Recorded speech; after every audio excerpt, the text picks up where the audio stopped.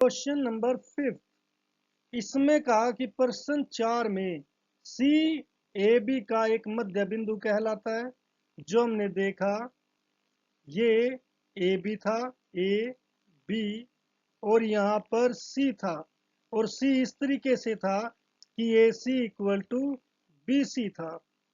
तो सिद्ध कीजिए कि एक रेखाखंड का केवल एक और केवल एक ही मध्य बिंदु होता है।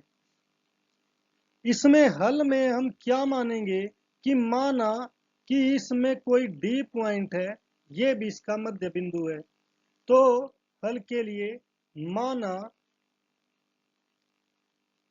सी व डी दो ए बी के मध्य बिंदु है, ए बी के मध्य बिंदु है।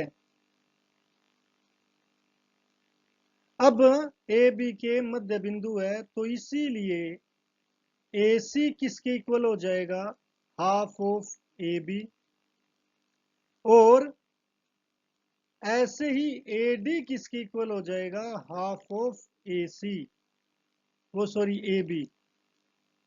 जैसा हमने फोर्थ क्वेश्चन में किया था कि ये जो ए सी था ये किसके इक्वल हो गया था, हाफ ऑफ ए बी, इस पूरी के हाफ हो गया था।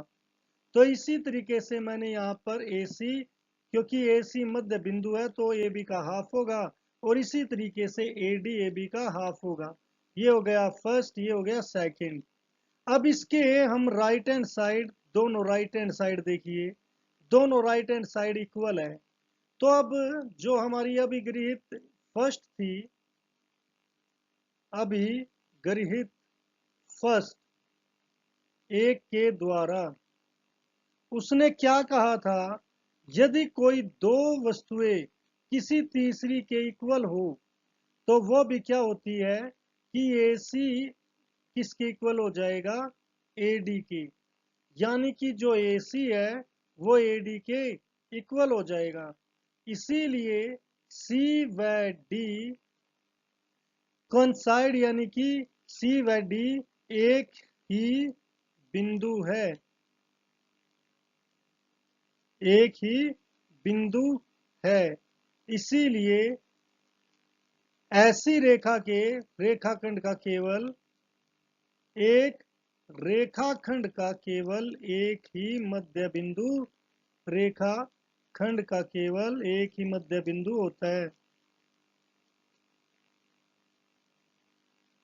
एक ही मध्य बिंदु होता है। ये क्यों हमने देख लिया होता है, ये ए इक्वल टू ये सी व डी ए की बिंदु क्यों है, क्योंकि अगर जैसे ये ए सी और ए डी अगर इक्वल है तो हमारी ये आगे पीछे कैसे हो सकती है।